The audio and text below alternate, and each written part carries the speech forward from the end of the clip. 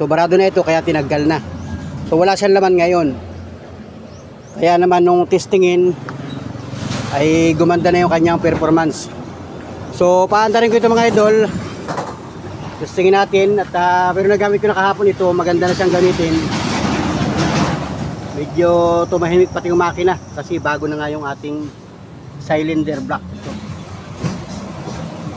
So ayan, malinis na siya mga idol. Start natin, may susi ako dito. Neutral. Yun, may neutral siya. Yun, neutral, kailangan naka-neutral. Tapos ito yung push button na rin. Ito yung starter yan, oh. Ito. Yun, oh. Yun, mandar na mga idol.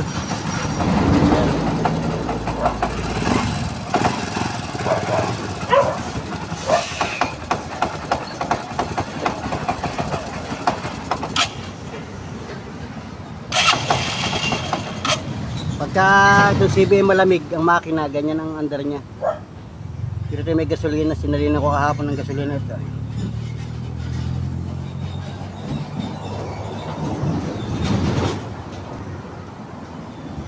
Start natin.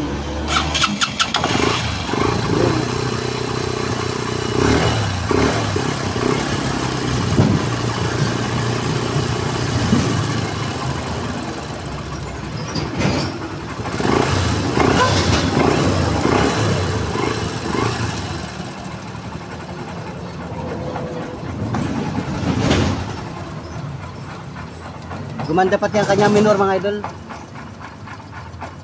Yan o. Tumahimik siya. Yan o.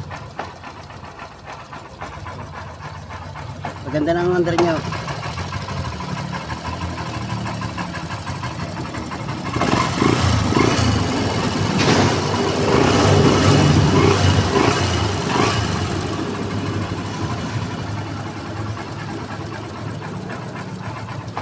Bagong bago ito mga idol, oh. So ang gagawin ko dito, papasada ko ito ay hindi muna ako magpupunuan ng sakay. Kasi ang mangyayari ito mga idol ay para siyang bibreak in natin kasi bago ang kanyang cylinder block. So, bago. So para siyang bago talaga na makina. Kaya kailangan siya ay itakbo-takbo lagi o hasa-hasain. Kumbaga bibreak in mga idol, break in muna. So matagal ko nang gustong palitan yan na since mga October pa. Gusto ko na siyang palitan. September, October gusto ko na siyang palitan. So nagkataon lamang tayo ay gumawa nga ng mga parol. Ay sabi ko hindi na muna ako mamamasada. Sabi ni Mrs. huwag ka na muna mamamasada at gumawa muna tayo ng mga parol. So nakagarahe lang siya sa bahay. Pero nagagamit ko pa rin ito mga idol kasi may mga vlog pa rin ako na gamit ko si CB125. So pwede pa naman siyang gamitin, kaya lang yun nga, mas maganda sana kung mapaltan. Kaya sabi ko pagkatapos sa amin magparol ay ipapagawa ko na. So kahapon ako nagkaroon ng pagkakataon kasi nung mga nakarang araw, grabe, halos isang linggo dito naulan. So wala tayong time para makapagpagawa. At saka yung mga mekaniko hindi rin sila makagawa kasi sobrang maulan mga idol. So kahapon dinaos ko na siya at ayos naman. So ang kabuuhan ito, yung retainer tinanggal. So kakalasin ko ito mamaya. Papatan ko ng kahit foam. Lalagyan ko siya ng foam para hindi siya mapasukan ng dumi. So yun mga idol. At so okay na itong gamitin mga idol. Ganda na siyang gamitin.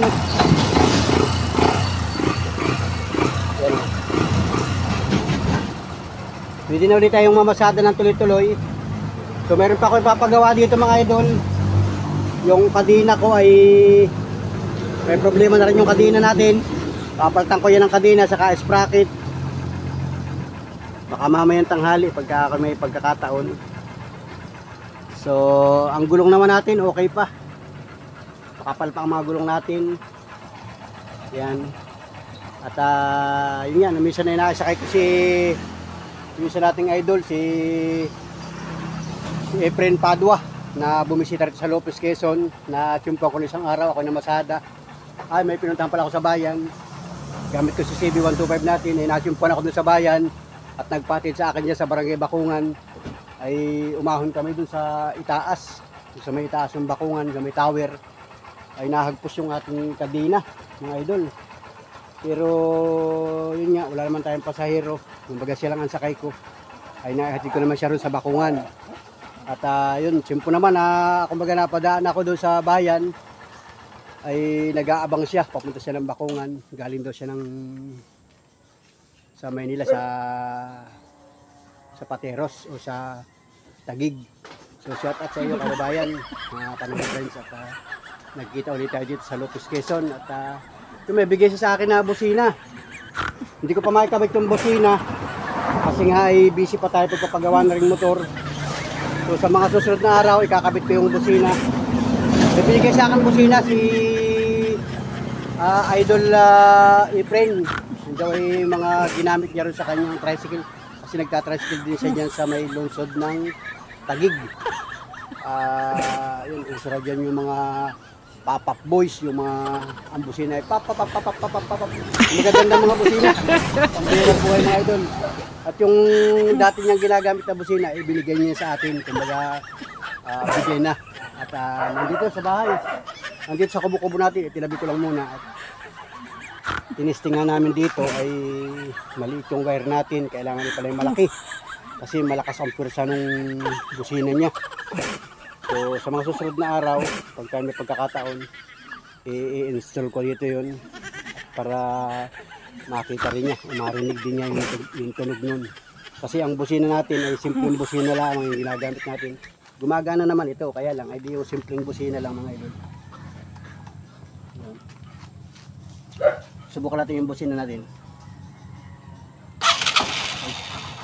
Ito pala. Ito. O kumbaga paus ang ating busina, no? Yan, ganyan lang busina natin mga idol, oh. Yan, ganyan lang ang busina natin. So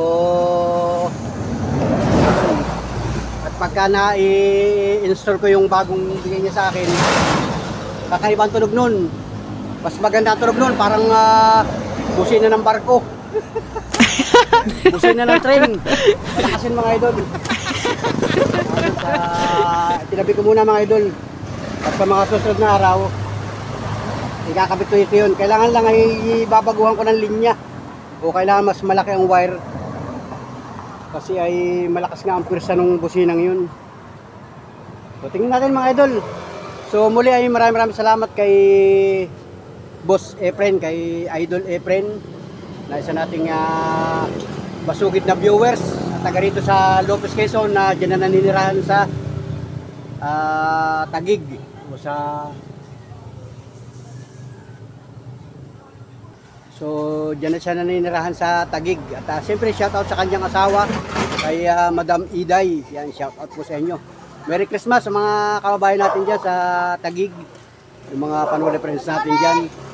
Siyempre yung mga tricycle driver dyan, saka mga sumasakay ng tricycle, mag-iingat po kayo. At Merry Christmas po sa inyong lahat. At si Panoli ay patuloy na mamamasada.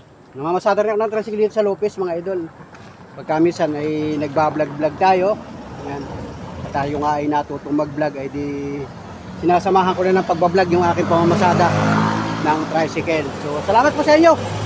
God bless po sa atin lahat. Mabuhay po tayo at sana po'y patnubayan pa tayo ng Panginoong Diyos araw-araw sa mga susunod na taon mga idol. At enjoy po natin itong Paskong ito. Tayo po ay mamamasada, yung mga kababayan natin na nagka-tricycle sa buong Pilipinas. Mag-iingat po kayo at Merry Christmas po sa inyong lahat. At saka sa mga sumasakay ng tricycle, sa lahat ng mga viewers ni Panoli, maraming salamat po sa inyo. Merry Christmas mga idol. Maligayang Pasko dito sa bansang Pilipinas. Saka yung mga kababayan natin nasa malayong lugar, nasa ibang bansa, yung mga hindi makakauwi ng bansang Pilipinas, Merry Christmas na lang po sa inyo. At doon sa pamilya na naiwan nyo dito sa Pilipinas, Merry Christmas din po at mag-enjoy lang kayo. Baka naman magpadala kayo ng mga pang papasko doon sa mga kamag-anak ninyo. yung mga naiwan ninyong kamag-anak dito sa Pilipinas na nakakaalala sa inyo. Yan. Salamat po sa inyo, sa inyong pag-alaala sa mga kababayan natin na nasa malalayong lugar. Yan. Salamat po sa inyo mga idol. Merry Christmas. Merry Christmas po sa inyo. At ito nga, kinukondisyon ko yung ating tricycle at tayo ay mamamasada na sa isang araw. At wala na tayong ginagawang parol mga idol. Kumbaga tapos na yung paggagawa namin ng parol sa isang taon naman. Kasi napakadali lang ng isang taon. Malay mo, ngayon December, sisa mo January na, o tapos mamaya malapit na naman ang Pasko. Napakabilis ng panahon mga idol, at siyempre mag-iingat po tayong lahat at God bless po mga idol. Alright, let's go mga idol. At iko-condition ko muna ating tricycle at tayo ay may gagawin pa.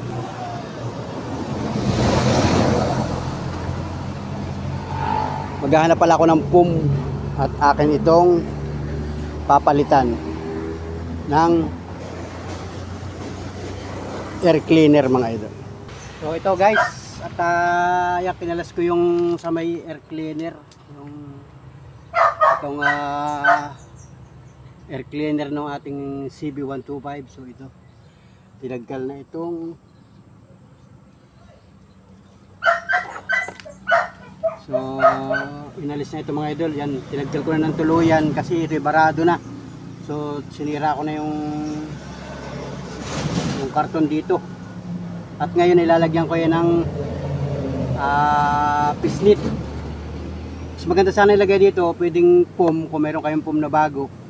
O di kaya ay yung stocking na yung pinong-pino na tila. So wala tayong makita na pinong-pinong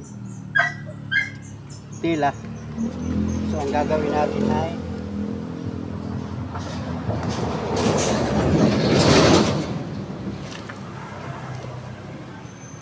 nakakuha ako ng pisnit na manipis, ay yung pinong-pino. So ang gagawin ko dito, dodoblihin ko na lamang. Dodoblihin ko na lang ito para at least ay yan, bali tatlong susunsya. Ito yung magiging salaan lang mga idol. Salaan siya na ganyan siya mga idol.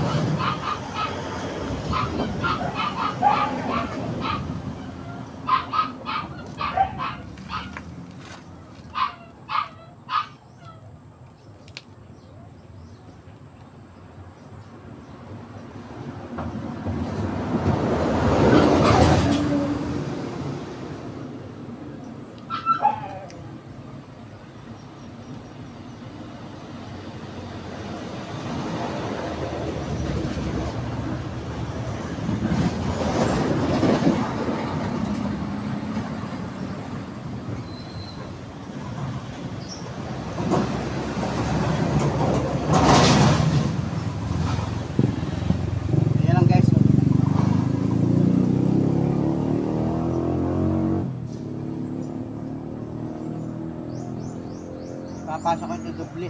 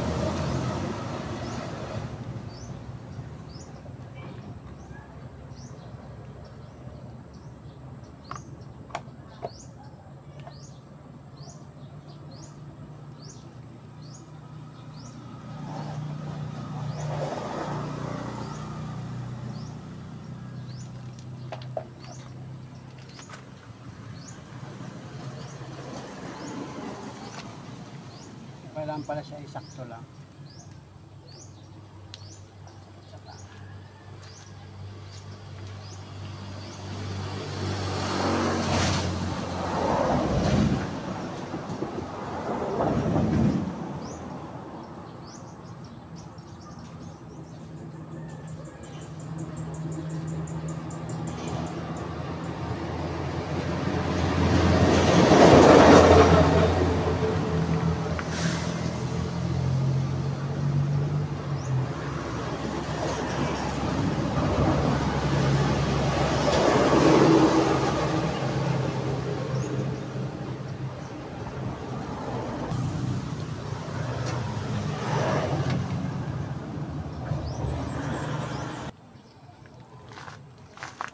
Ayan mga idol, tinalian ko na lang oh. May tali siya. Tapos yung sobra, hindi pwedeng ipasok doon, kailangan igupitin.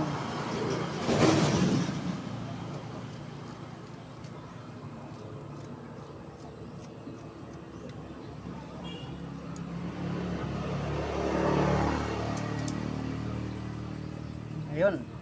Ito na yung kabuuan mga idol oh. Ito yung pisnit. Ginawa ko yung 3 susun para makahinga din naman siya. So pwede nito mga idol, tinalian ko na lang. Ito yung pinakang case niya.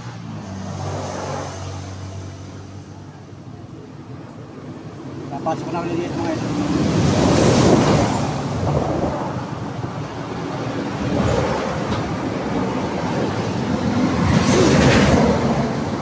Yan mga idol oh. Yun. Oh, yan lang laman yan mga idol. Air cleaner, ang tawag yan air cleaner. Para yung ito kasi humihigop. Humihigop ito ng hangin papunta dito sa karburador. So kailangan siya ay merong screen o di kaya foam. Yung original niya nasira na sa looban ng 9 years. Kaya pag minsan pag ito pala ay barado ay ang makina natin ay humahagok o namamalya. So minsan ito din ang diferensya. Kaya sa mga katricycle natin, pag kayo ay nakakaramdam ng ibang performance ng inyong makina, i-check nyo itong air cleaner, lalo na doon sa mga bagong motor na hindi ito na check up. Itong CB natin ay 9 years na. Ngayon ito, yan, pinutang ko lang ng screen. Kahit anong klaseng screen, mas maganda daw ay stocking. Eh wala tayong stocking, kaya ito na lang muna pansamantala. So itong cover, ibabalik ko na ito mga idol. Ibabalik ko na dito. Yan. Ayan yung design niya mga idol. Yan. Yan yung kanyang design mga idol. O yan. May screw yan, ito tornilyo ko na lang.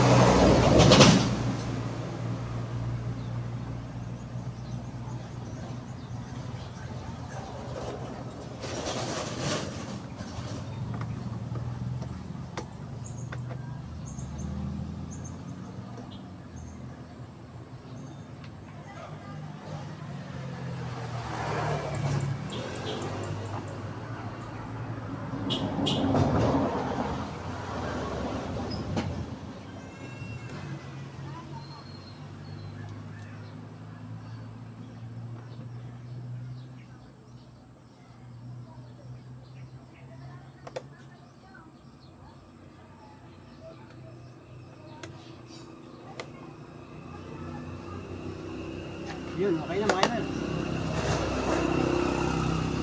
Try natin, try natin pandarin. Yun. Ito mahimik kasi mga idol, oh.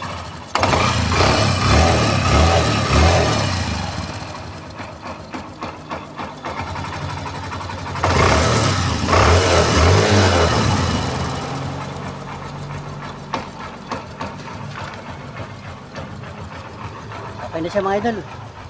Let's go.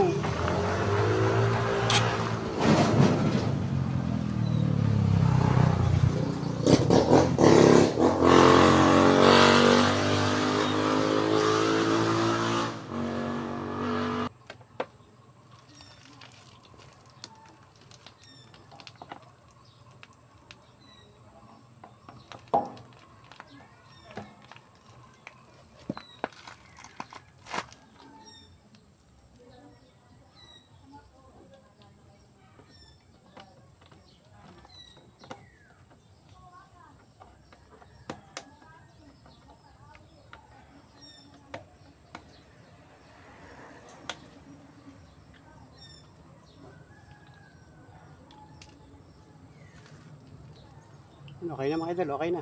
So let's go mga idol. So muli maraming salamat sa lahat ng mga sulit ka pala na friends. At ito maganda na yung panahon ngayon. Medyo sumisikat na yung araw at ang daming sinampay ni Mrs. Panuri. Mga sinampay pa isang araw, hindi matuyo-tuyo.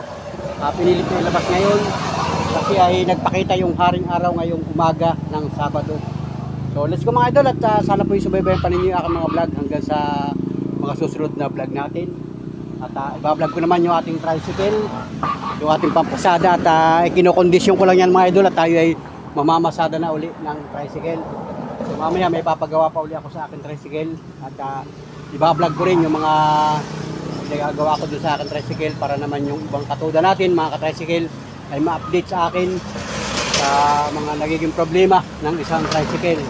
Kasi pagkapampasada mga idol na tricycle ay talagang malimit yan ay masira o magka-diferensya lalo na pagka medyo na lumuluma na yung ating tricycle.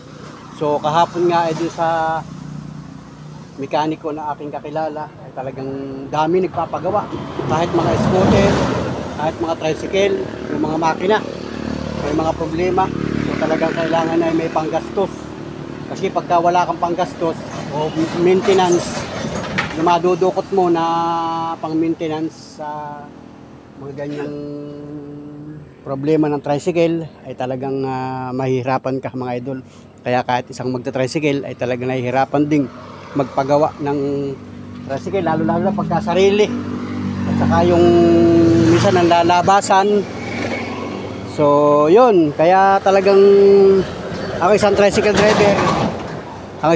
driver talagang nagsisikap yan para kumita.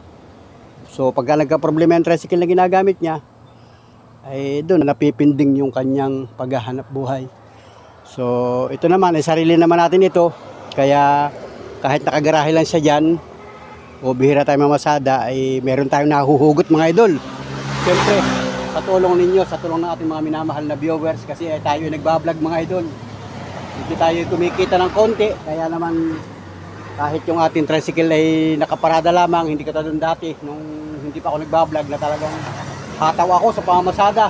Kahit medyo may nararamdaman na yung ating tricycle ay patuloy pa rin tayong mamamasada mga idol. So ngayon i-condition muna natin yan para naman maging happy ang lahat mga idol. Alright, so let's go mga idol at thank you for watching at Merry Christmas, maligayang Pasko sa ating lahat mga idol. At sabi ko nga, anumang uri ng inyong hanap buhay, nasaan ka man lugar sa mundo o sa Pilipinas, magandang araw sa iyo, magandang buhay at enjoy lang sa ating mga gawain araw-araw, basta yan ay para sa pamilya mga idol.